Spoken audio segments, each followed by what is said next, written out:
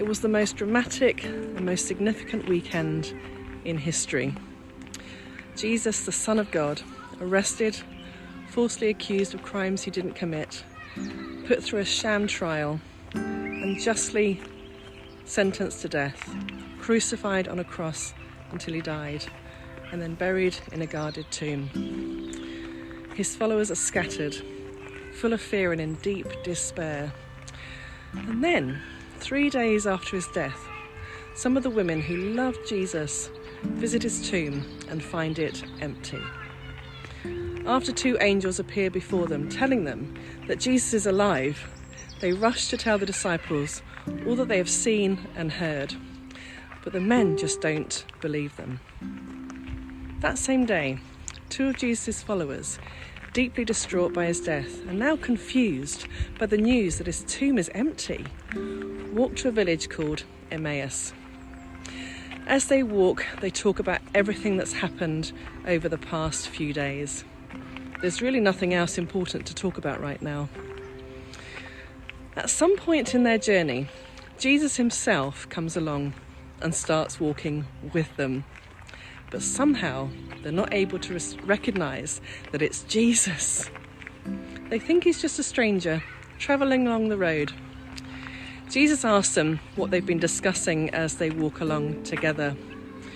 With sad faces, they respond, "Are you the only one in Jerusalem who doesn't know what's been happening these last few days?" Jesus simply asks them to tell him what they think happened.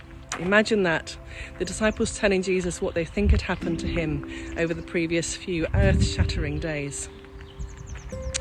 It's clear from what they say that they don't really understand what's happened and what all this means, and really what to believe. So Jesus, who they still don't recognise, starts teaching them. He explains to them how Jesus himself is the fulfilment of all the prophecies in the scriptures about the coming Messiah who would save the world. These same scriptures that they'd studied all their lives and the prophecies that they longed to be fulfilled had now happened in Jesus. This is what they'd witnessed these past few days, and it changes everything. As the men start to approach the village called Emmaus, the disciples strongly urge Jesus, who they think is just going to keep walking, to join them and stay with them. They still don't recognise him. And they go to the place that they're staying in, to their lodgings, and they sit down for supper together. Jesus begins by picking up the bread, gives thanks to the Father, breaks the bread into pieces, and offers it to the men. At that moment, as they remember the Last Supper, they suddenly see Jesus. They see that it's Jesus with them. Jesus is alive and he's with them.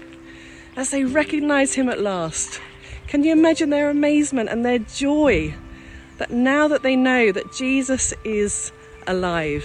Excitedly, they talk over each other. Jesus has disappeared by this point. They talk over each other and they say, weren't our hearts on fire as Jesus talked with us on the road and opened up the scriptures for us? Jesus, who had died, was now alive and he was now back with them.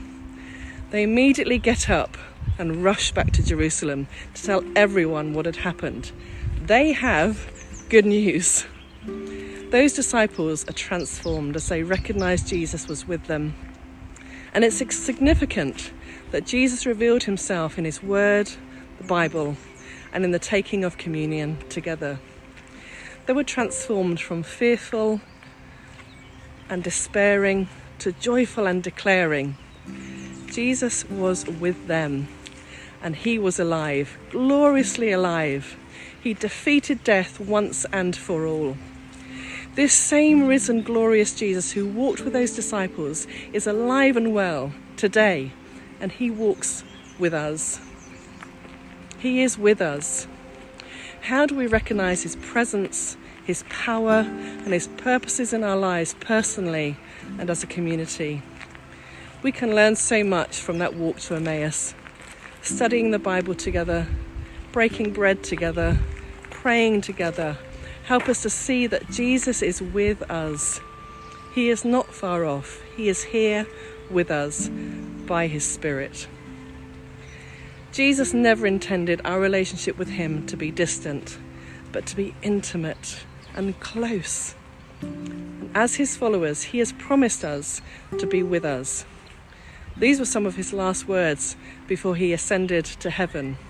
He said, "And surely I am with you always, to the very end of the age." God has given us his word. Let's walk together with him.